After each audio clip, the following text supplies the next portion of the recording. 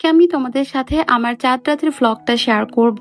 এবছরে চাঁদ রাতটা আমি কেমন করে কাটালাম, চাঁদ রাতে আমি কি কি ডেজার্ট বানিয়ে রাখলাম, সেই সব কিছু নিয়েই থাকছে আজকের এই ভ্লগ। আসসালামু আলাইকুম এভরিওয়ান, সবাইকে জানাই আবারও ঈদ মোবারক।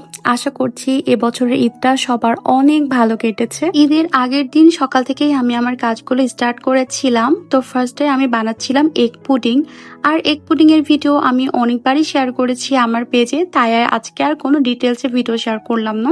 তো এগ পুডিংটা চুলায় বসিয়ে দিয়ে এবার আমি বানাচ্ছি বিফ কাবাব। বিফ কাবাবের রেসিপিটাও অলরেডি আমি শেয়ার করেছি, তাই এটাও ডিটেলসে শেয়ার করলাম না।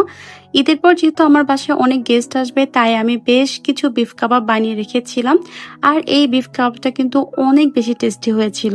কাবাবগুলো বানাতে যেহেতু অনেকটাই সময় লাগবে, তাই আমি এটা আগে থেকেই বানিয়ে রাখছিলাম, যাতে করে আমার কাজটা অনেকটা ইজি হয়ে যায়।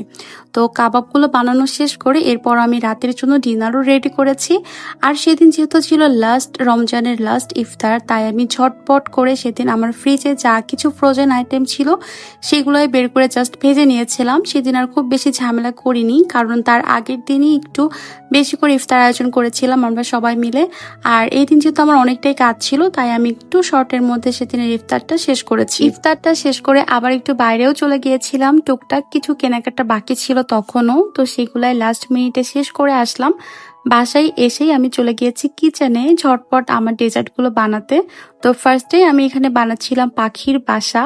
এটার আমি অ্যাকচুয়ালি নামটা জানি না, আমি আসলে পাখির বাসা বলেই এটাকে সম্বোধন করি, তো সেটাই আমি বানিয়ে নিচ্ছিলাম। এই ডেজার্টটা বানানোর জন্য ফার্স্টে একটা প্যানে আমি বেশ কিছুটা ঘি গরম করে নিয়েছি, তারপর এর মধ্যে লুজ সেমাইটা দিয়ে দিয়েছি। আর সেমাইটা দেওয়ার আগে আমি হাত দিয়ে একটু ছোট ছোট করে ভেঙে নিয়েছি। কিছুক্ষণ সেমাইটা ঘিয়ের মধ্যে ভেজে নেওয়ার পর এর মধ্যে দিয়ে দিলাম কনডেন্স মিল্ক। আর কনডেন্স মিল্কের পরিবর্তে চিনিটাও দেওয়া যাবে, তবে এটা দিয়ে করলে আই থিঙ্ক বেশি ভালো হবে। তারপর এর মধ্যে দিয়ে দিলাম বেশ খানিকটা গুঁড়া দুধ। গুঁড়া দুধটা দিলে কিন্তু টেস্টটাও ভালো হবে, আর এটা কিন্তু বাইন্ডিং করতেও সাহায্য করবে।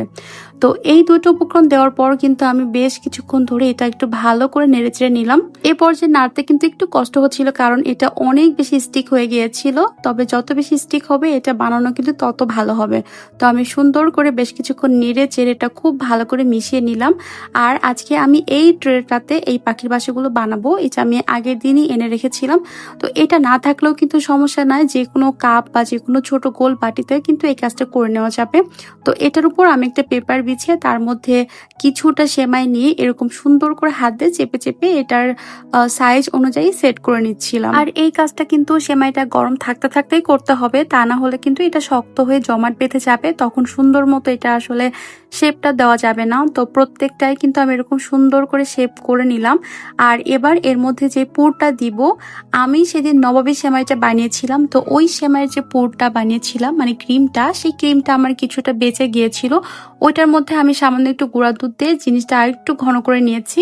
তো এটা আমি ফ্রিজে রেখে দিয়েছিলাম সেট হওয়ার জন্য। সেট হয়ে গেলে ফ্রিজ থেকে বের করে এটার উপর জাস্ট আমি ক্রিমটা দিয়ে সুন্দর করে ডেকোরেট করে নিচ্ছিলাম। আর এই কাজটা তোমরা কিন্তু 1 কাপ বা 2 কাপ দুধের সাথে কিছুটা গুঁড়া দুধ আর কনডেন্স মিল্ক আর কিছুটা কর্নফ্লাওয়ার মিক্স করে একটু জাল করে ঘন করে নিলেই কিন্তু এই ক্রিমটা তৈরি হয়ে যাবে। আর পাখির বাসাগুলো সেট হয়ে গেল, কি সুন্দর দেখাচ্ছে ওগুলো, তাই না? এবার আমি বানাচ্ছিলাম নবাবী সেমাই। মানে এই সেমাইটা আমি আগেই বানিয়েছিলাম, কিন্তু আমার ভিডিওতে একটু উল্টাপাল্টা হয়ে গিয়েছে। তো এটা আমি আসলে আজকে আর ডিটেলসে বলবো না, কারণ এটার রেসিপি আমি অলরেডি শেয়ার করে দিয়েছি। তো তোমরা চাইলে কিন্তু রেসিপিটা দেখে নিতে পারো, আর কারণ ভিডিওটা না হলে অনেক বেশি বড় হয়ে যাচ্ছিল। তো এটার এই সেমাইটা কিন্তু খেতে ভীষণ ভীষণ মজা হয়। তোমরা যারা বানিয়েছো তারা তো জানোই, আর যারা এখনো ট্রাই করনি অবশ্যই কিন্তু একবার হলেও এটা ট্রাই করে দেখো। এই নবাবী সেমাইটা আমি মোটামুটি প্রত্যেক বছরেই বানাই, এটা ছাড়া আমার ঈদই আসলে ইনকমপ্লিট হয়ে যায়। আর এই সেমাইটা আমার বাসার সবাই অনেক বেশি পছন্দ করে, তাই আমি প্রত্যেক বছর এটা রাখার চেষ্টা করি। আর এটা আমি এতবার বানিয়েছি যে এটা বানানো আমার কাছে এখন অনেক বেশি ইজি হয়ে গিয়েছে। বাট যখন প্রথম প্রথম বানাতাম তখন কিন্তু একটু টাফ লাগতো, বাট এটা এখন আমার কাছে অনেক বেশি সহজ হয়ে গিয়েছে। সেমাইটা আমি একটা ট্রান্সপারেন্ট বলে সেট করে নিয়েছিলাম, তার উপর ক্রিমের লেয়ারটা দিয়ে দিয়েছিলাম। আর আমি সেদিন মাত্র 3টা লেয়ারে এটা বানিয়েছিলাম। এটা খেতে আসলে ভীষণ মজা হয়, আর খাওয়ার থেকেও কিন্তু এটা আসলে আমার কাছে দেখতে অনেক বেশি ভালো লাগে। তা আমি একটু কিছুটা সেমাই কালার করে সুন্দর করে একটু ডেকোরেটও করে নিয়েছি। আর এবার আমি বানাচ্ছিলাম দুধ সেমাই।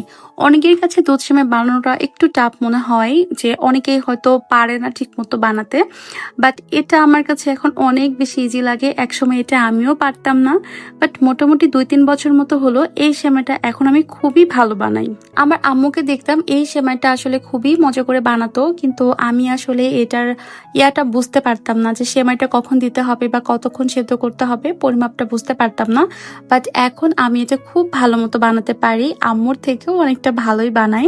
তো তোমরা চাইলে কিন্তু আমার রেসিপি ভিডিওটা দেখে নিতে পারো। এখন আমি বানাবো ডাবের পুডিং, আর এই ডাবের পুডিং বানানোর জন্য আমি এই হাইকো ব্র্যান্ডের এই আগার আগারটা নিয়েছিলাম।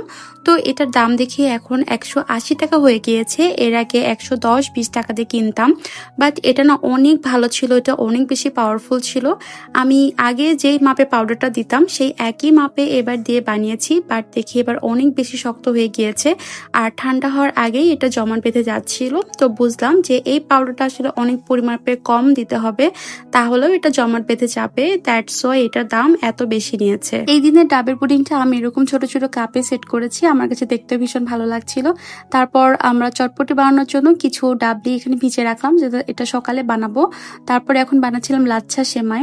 তো লাচ্ছা সেমাই রেসিপিটাও আসলে আমি শেয়ার করলাম না, এটা আসলে সবাই মোটামুটি পারে। জাস্ট দুধটা জাল করে নিয়েছি, কনডেন্স মিল্ক, চিনি আর একটু গুঁড়া দুধ দিয়ে।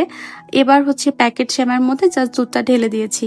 আর এই লাচ্ছা সেমাইয়ের প্যাকেটে এবার আমি ফার্স্ট টাইম ট্রাই করেছি, এটার শেপটা না একটু অন্যরকম টাইপের, বাট খেতে বেশ ভালোই লাগলো আমার কাছে।